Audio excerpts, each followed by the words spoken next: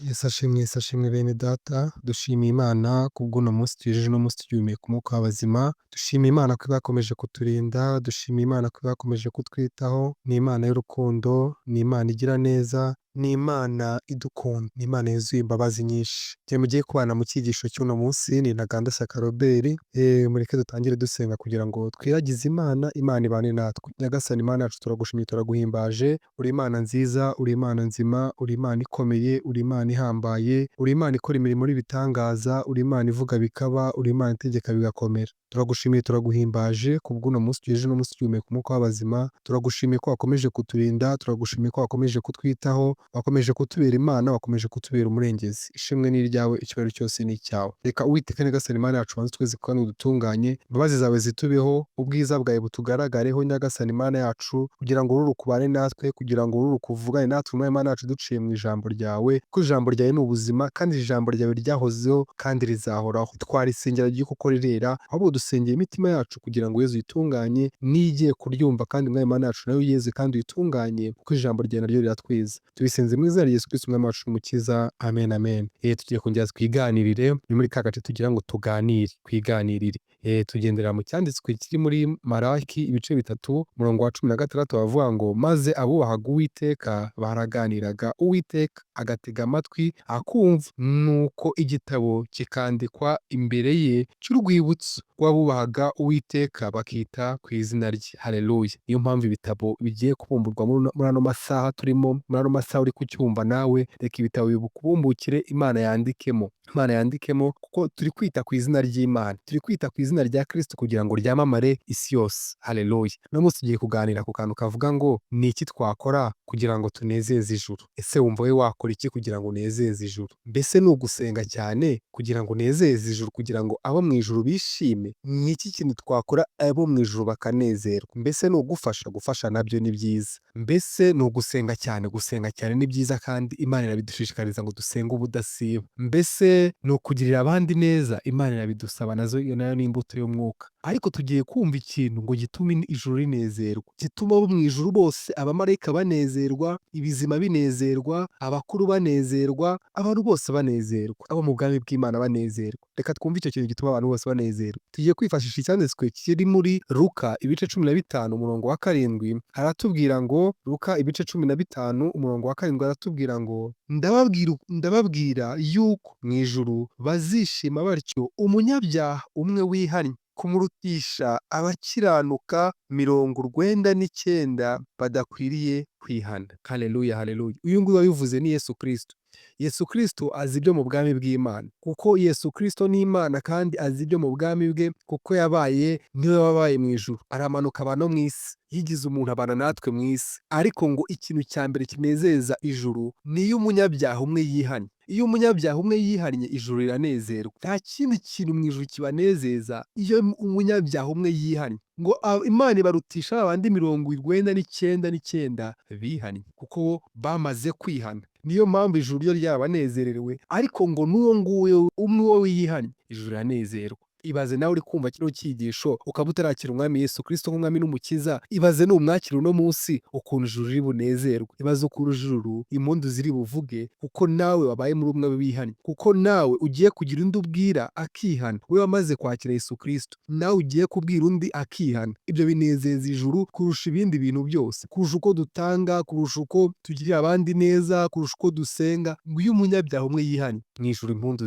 ziravuga. Haleluya. Noneho iyo twongeye twifashisha ikindi cyanditswe kiri muri Matayo ibice 9 umurongo wa 7, turacyari kuri ya nsanganyamatsiko ivuga ngo nezeza ijuru, winezezereza ijuru. Turi mu gihe cyo kunezeza ijuru, reka nawe unezeze ijuru. Haleluya. Hano muri Matayo ibice 9 umurongo wa 13 baravuga ngo ariko nimugende mwige uko iri jambo risobanura ngo icyo nkunda ni imbabazi, si ibitambo, sinazanywe no guhamagara abakiranuka keretse abanyabyaha. Haleluya. Rero ni Yesu uri kuvuga, nta kindi cyamuzanye keretse guhamagara abanyabyaha. Ntago Yesu Kristo yigize abanyabyaha, hoya, ahubwo nibo yaje gushaka. Ngo yaje gushaka icyari cyarazimiye. Ni wowe utaramwakira, no wari gushaka ngo kuvane muri ubwo buzima bwo kutizera, akugira uwizera Imana, akugira uwizera Yesu Kristo. Rero uno munsi reka rino jambo ubwo rikugezeho, nawe muri bamwe akwiye kwakira Yesu Kristo uno munsi. Reka nawe muri ba bandi bakwiye kunezeza ijuru. Haleluya. Nawe wamwakiriye, hari undi wabwira, uwo mukorana, uwo mwigana, uwo mwirirwana, abo mu rugo iwanyu, ukababwira nawe bakakira Yesu Kristo nk'umwami n'umukiza, bakanezeza ijuru. Mbese ni izihe nzira ducamo tunezeza ijuru kugira ngo ijuru rinezeze? Twumvise ko ari igihe umunyabyaha umwe yihana. Mbese ni iyihe nzira wacamo kugira ngo wihane? Niyo tugiye kumva. Kugira ngo umuntu yihane ni iki kintu akwiye gucamo? Tugisomye hano mu Baroma ibice 10 umurongo wa 9 kugera ku wa 10, Abaroma ibice 10 umurongo wa 9 kugera ku wa 10 aravuga ngo niwatuza akanwa kawe yuko Yesu Kristo ari umwami, ukizera mu mutima wawe yuko Imana yamuzuye, uzakizwa. Haleluya. Urumva wa munyabyaha kugira ngo akizwe, kugira ngo yakire Yesu Kristo nk'umwami n'umukiza, icya mbere ngo niwatuza akanwa kawe yuko Yesu Kristo ari umwami n'umukiza mu mutima wawe yuko Imana yamuzuye, uzakizwa. Icya mbere ugomba kubyizezwa n'umutima wawe, umutima wawe ukabyizera. Kugira ngo ubyatuze akanwa kawe bibanza mu mutima wawe, ariko iyo banza kwizeza Yesu Kristo, ugomba kwizera Yesu Kristo n'umutima wawe. Umutima wawe ukamwizera ukavuga ngo uno mwami ndamwizeye, nizeye Yesu Kristo nk'umwami n'umukiza w'ubuzima bwanjye.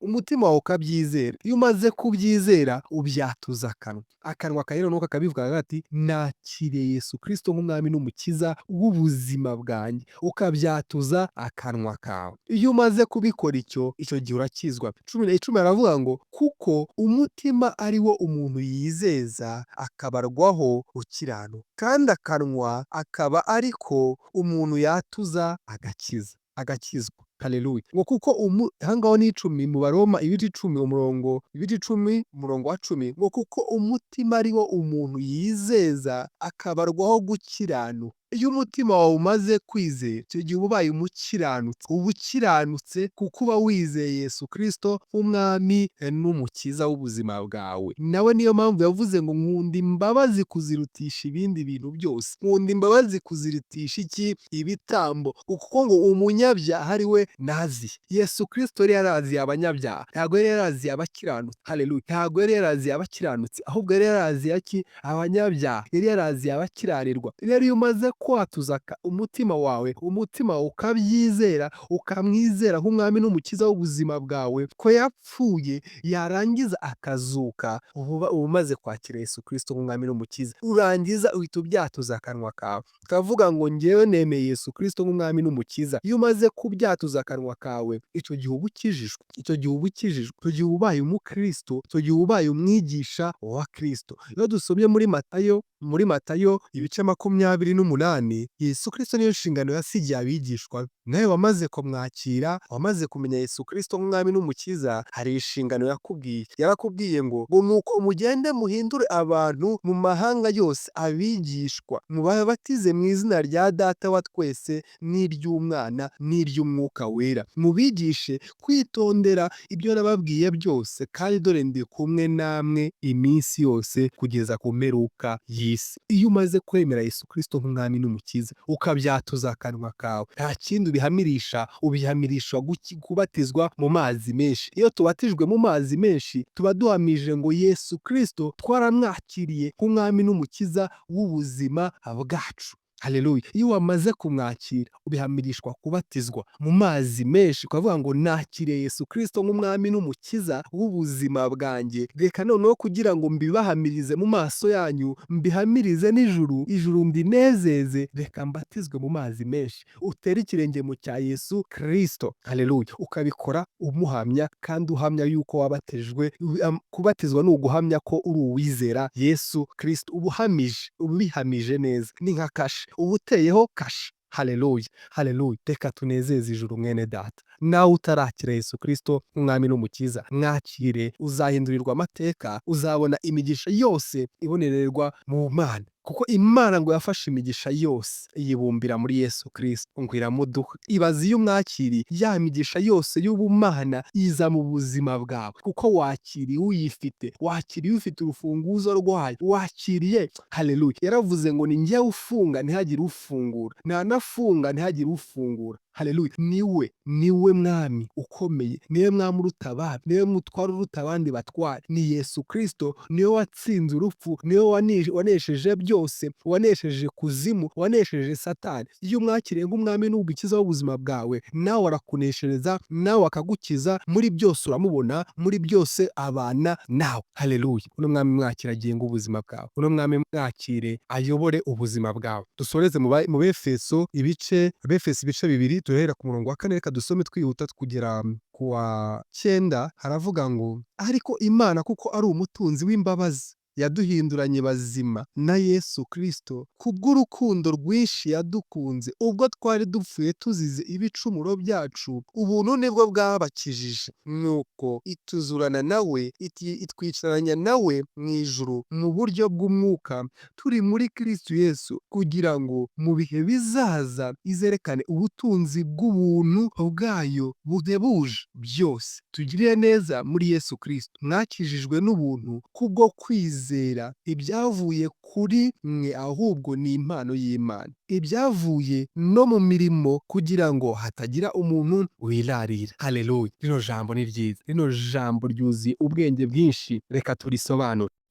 Turacyakomeza. Twe tumaze gusoma mu Befeso ibice 2, reka tugiye dusobanura umurongo kuri muri murongo. Haravuze ngo ariko Imana, tuhere ku murongo wa 4, ngo ariko Imana kuko ari umutunzi w'imbabazi yaduhinduranye bazima na Yesu Kristo. Imana ni umutunzi w'imbabazi. Iyo umaze kwakira Yesu Kristo nk'umwami n'umukiza, Kristo aguhindura muzima, arongera akakubyara. Niyo mpamvu uba utakitwa kwa kundi, ubuzima bwawe buba buhindutse, ubuzima bwawe buba bwongeye bugatangira bushya, kuko aba aguhinduye muzima. Wari uri mu gicucu cy'urupfu, ariko Yesu Kristo arakuzura, kuko icyo gihe upfana nawe akongera akakuzura. Haleluya. Akaguhindura umwana w'Imana. Ngo abo ngabo ntibabyawe n'umubiri n'amaraso, ahubwo abo ngabo babyawe ku bushake bw'Imana. Reka dusome muri Yohana wa mbere, twumve iyo umaze kwakira Yesu Kristo nk'umwami n'umukiza, uburyo akuhindura muzima, uburyo akuhindura muzima. Aravuga ngo, turasoma muri Yohana igice cya mbere umurongo wa 13, ngo abo ntibabyawe. Yohana wa mbere igice cya mbere, Yohana igice cya mbere umurongo wa 13, uravuga ngo abo ntibabyawe n'amaraso cyangwa n'ubushake bw'umubiri cyangwa n'ubushake bw'umugabo, ahubwo babyawe n'Imana. Haleluya. Yesu Kristo akugira muzima, akahita aguhindura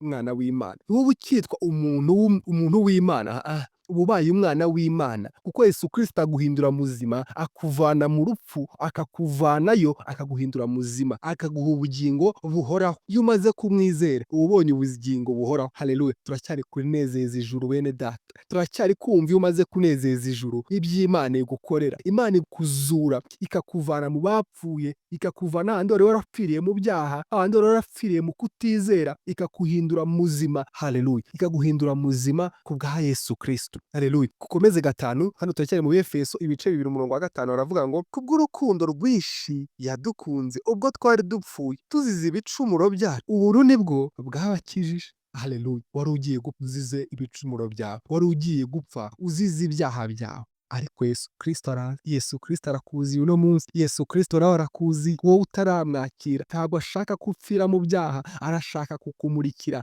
akuzaniye ubuntu ngo akuzure, aguha agakiza. Ntashaka kupfira muri ibyo byaha, niyo mpamvu ashaka kunezeza ijuru. Arashaka kuguha agakiza kubw'ubuntu, ibiva mu mirimo y'amaboko yawe. We ni ubuntu, nta giguza kwaka, nta turo, nta cyacumi. Ni ubuntu, agakiza. Ni agakiza, ni ubuntu. Ntabwo bari kukubwira ngo uragasanga ku mupasiteri uyu n'uyu, ntabwo bari kukubwira ngo ugasanga ku muhanuzi uyu n'uyu. Oya, aho uri hose wamwakira, naho wumva inodo ya wamwakira. Haleluya. 6 bakavuga ngo nuko ituzurana nawe, itwicanye nawe mu ijuru mu buryo bw'umwuka, turi muri Kristo Yesu. Iyo umaze kwakira Yesu Kristo nk'umwami n'umukiza, yamaze kukuzura, akwicaza mu bwami bw'Imana mu buryo bw'umwuka. Abantu baba bakubona uri hano ku isi, ariko uba wicaye mu bwami bw'Imana, uba wicaye mu ijuru. Imana ibikubona ikavuga ngo dore umwana wanjye. Niyo mpamvu ikwita umwana wayo, kuko ibikubona hafi yayo, ibikubona mu ijuru, ikavuga ngo nubwo uri mu isi, ndi kumwe nawe hano mu ijuru. Niyo mpamvu uzajya usenga ikajya ihita ikumva, kuko muri connecte nayo. Haleluya. Uri connecte nayo, wamaze guhura nayo, kuko yamaze kukwicaza Yesu Kristo mu bwami bw'Imana. Wowe mwakire, arakwicaza mu bwami bw'Imana ako kanya. Haleluya. Ngo kugira ngo komeje karindwi, kugira ngo mu bihe bizaza izerekane ubutunzi bw'ubuntu bwayo buhebuje byose itugiriye neza muri Kristo Yesu. Ngo izerekane ubutunzi bw'ubuntu bwayo buhebuje byose itugiriye neza muri Yesu Kristo. Ya migisha navugaga, iyo yamaze kukwicaza mu bwami bw'Imana, yamaze kukuzurana na Kristo, ya migisha ya Kristo irakugeraho, bwa buntu bwe butangira kukugeraho, kwa kukugirira neza tangira kuza, tangira kugushyiraho uburinzi, itangira kugushyira mu bwihisho bwayo, igakomeza kukurinda. Haleluya. Iti kwandika mu kiganza cyayo. Iyo usomye muri Yesaya ibice 49 havuga ngo abanjye ndabazi, nabaciye nk'uca yatwanditse mu kiganza cyayo, ngo waduciye nk'uca imanzi. Imanzi nino mirongo, uko niciye mu kiganza niko n'Imana ihita iguca, nawe itice umurongo wawe mu kiganza cyayo. Ihora hafi, ihora ikureba, ihora ikureberera, ntawagira icyo agutwara. Akomeza kukugirira neza, itugirira neza muri Kristo Yesu. Ibwo kutugirira neza nta wundi ibitugiriramo ni muri Yesu Kristo, kuko iyo tubonaho Yesu Kristo, iyo ikureba ikubonaho Yesu Kristo, ikubonaho amaraso ye, kuko wamaze kumwatura umugira umwami w'ubuzima bwawe, uramwizera, nayo ikubonaho Yesu Kristo. Haleluya. Aravuga ngo 8 ngo mwakijijwe n'ubuntu kubwo kwizera, ibyavuye kuri mwe ahubwo ni impano y'Imana. Ngo mwakijijwe n'ubuntu kubwo kwizera, dukizwa ku bw'ubuntu, dukizwa ku bw'ubuntu bene data. Si biva ku mirimo yacu, ntibiva ku mashuri, ntibiva mu miryango duturukamo, oya, ni ku bw'ubuntu, ni ku bw'ubuntu. Umwakijijwe n'ubuntu kubwo kwizera, ibyavuye kuri mwe ahubwo ni impano y'Imana. Twakijijwe ku bw'ubuntu bivuye mu kwizera. Niyo mpamvu nkubwira ngo kiyambere, urufunguzo rwa mbere ni ukwizera Yesu Kristo nk'umwami n'umukiza. Ubunejeje ijuru, nanone iyo mpano y'Imana ikuzaho, kuko kuri mwe ahubwo ni impano y'Imana. Ya mpano y'Imana y'agakiza ibitashye mu bawe. Reka uno munsi unezeze ijuru. Katurangize ku murongo wa 9, ibyavuye no ku mirimo, kugira ngo hatagira umuntu wirarira. Haleluya. Kuko turi abo yaremye, ituremeye imirimo myiza muri Kristo Yesu, iyo Imana yiteguriye kera kugira ngo tuyigenderemo. Haleluya. Iyo tumaze kwakira Yesu Kristo n'umukiza, niyo mpamvu ntahagarara ngo hano nirarire, kuko namwakiriye mvuye ngo naramurwaniriye, namushatse amajoro. Oya, naba nkubeshye. Byavuye ku bw'ubuntu. Tubwiye amateka yanjye uko namwakiriye, yarasanze, ni ubuntu bwasanze, bumbanaho narindi nayo bw'ibyaha. Yesu Kristo aranzura, angira muzima, arangira umwana w'Imana, atwicaza mu bwami bw'Imana. Kuko twabonye ngo atwicaza mu ijuru mu buryo bw'umwuka. Bene data, ubu twaramwakiriye, ubu twicaye mu ijuru mu buryo bw'umwuka. Ab'isi ntibabimenya kuko ntibarabona uko tuzasa. Umukozi w'Imana Yohana yaranditse ngo uko tuzasa ni kurerekana, ariko icyo tuzi ngo niyerekana tuzasa nawe. Kugira ngo uzasa na Kristo, kugira ngo nawe ugire ayo matsiko yo kuzasa nawe, ni ukubanza kumwizera, ukamwakira nk'umwami n'umukiza w'ubuzima bwawe. Twumvise kubanza kwatuza umutima wawe ukamwizera, ukakira kumwizera mu mutima wawe, warangiza ukabyatuza akanwa kawe. Iyo umaze kubyatuza akanwa kawe, uba ukijijwe, uba wakiriye Yesu Kristo nk'umwami n'umukiza. Reka mwene data wakire Yesu Kristo nk'umwami n'umukiza. Hari imigisha myinshi y'ubumana izakuzaho. Imana izakuvana muri za karande, Imana izakuvana mu ngeso mbi, Imana izica ibyagutwazaga igitugu, ibyo ngibyo ushiduka uri gukora utabishaka. Kristo azakuneshereza, Kristo azabamba ingeso zawe zose, akugire muzima, abe uwo yifuza kuba. Ntashaka kuba nk'uko abantu bifuza, oya, ashaka kuba ko yifuza. Reka rero umwakire uno munsi, nawe ube mu banezeza ijuru. Imana ikomeze ibagirire neza, Imana ikomeze ibahe umugisha. Wowe utarakira Yesu Kristo nk'umwami n'umukiza, ndagushishikariza ngo umumenye, umugire umwami w'umukiza n'ubuzima bwawe, ari we ugenga ubuzima bwawe, ari we uyobora ubuzima bwawe. Kuko iyo umwakiriye, n'ubu ukiri uwawe ngo wigenge, ahubwo Yesu Kristo n'utangira kugenga ubuzima bwawe, araza agatura muri wowe, yohereza Mwuka Wera akaba muri wowe, akakwemeza ibyaha byawe, yarangiza akagutsinda. Iyo amaze kugutsinda, uheraho ukihana, ukabona ko inzira wagenderagamo atari zo, ugahindukira ukagenda uko Yesu Kristo yagushakaga, ugatangira kureba Isiyoni, ugatangira